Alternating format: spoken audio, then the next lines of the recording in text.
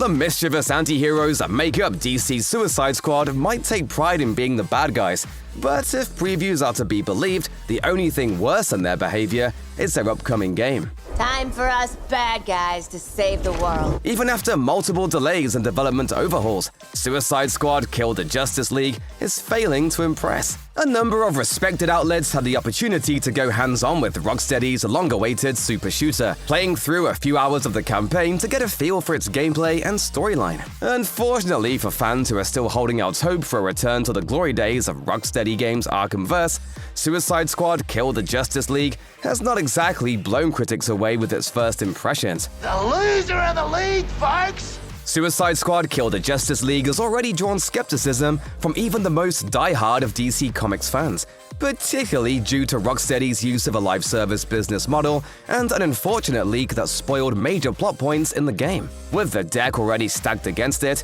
the early reviews that have been posted online have led some fans to fear that this iteration of DC's Task Force X is already doomed. Many of the reviews have called out the design of the open-world map for feeling both cluttered and unremarkable. Eurogamer's Ed Nightingale writes, "Metropolis is a sprawling, vertical, polluted maze of buildings without clear routes or easily discernible landmarks, unaided by a simplistic radar minimap for finding enemies and friends alike. Each member of the titular squad has been designed specifically to rapidly move about Metropolis, but the trade-off is that they all end up playing similarly, according to many reviewers. The various gadgets, guns, and traversal mechanics, although cool, add up to a feeling of, quote, identity mishmash, while, quote, many of the squad's abilities are riffed from someone else, according to Alan Venn of VGC. The game's live service elements are also facing criticism, with reviewers making unfavorable comparisons to Crystal Dynamics' ill-fated Avengers game. Remember that mess? Yeah, we bloody know. You never shut up about it. A particularly scathing article from IGN's Destin Legary took issue with not only the gameplay mechanics, but also the game's dark tone and repetitive mission structure. Though he praised the character designs and voice acting, Legary noted, Rocksteady had a winning formula with the Batman games and is trying to write a completely new book. But so far, lightning is not in this bottle.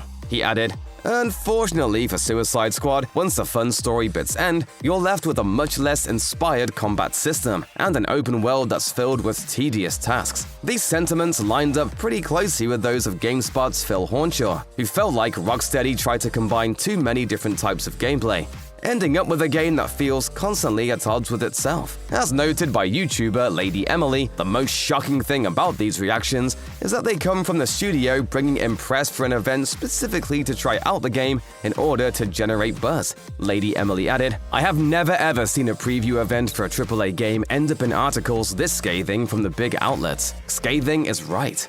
No.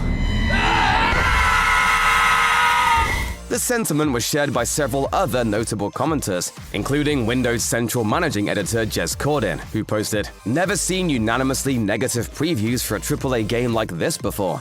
Could Suicide Squad be heading for DOA status? On that last question, the fanbase appears to be split. Some are actively poking holes in the early reviews, with a particular point of contention being IGN's complaints surrounding the high speed of the boss fight against the Flash. He's the fastest man alive, according to all these girlfriends.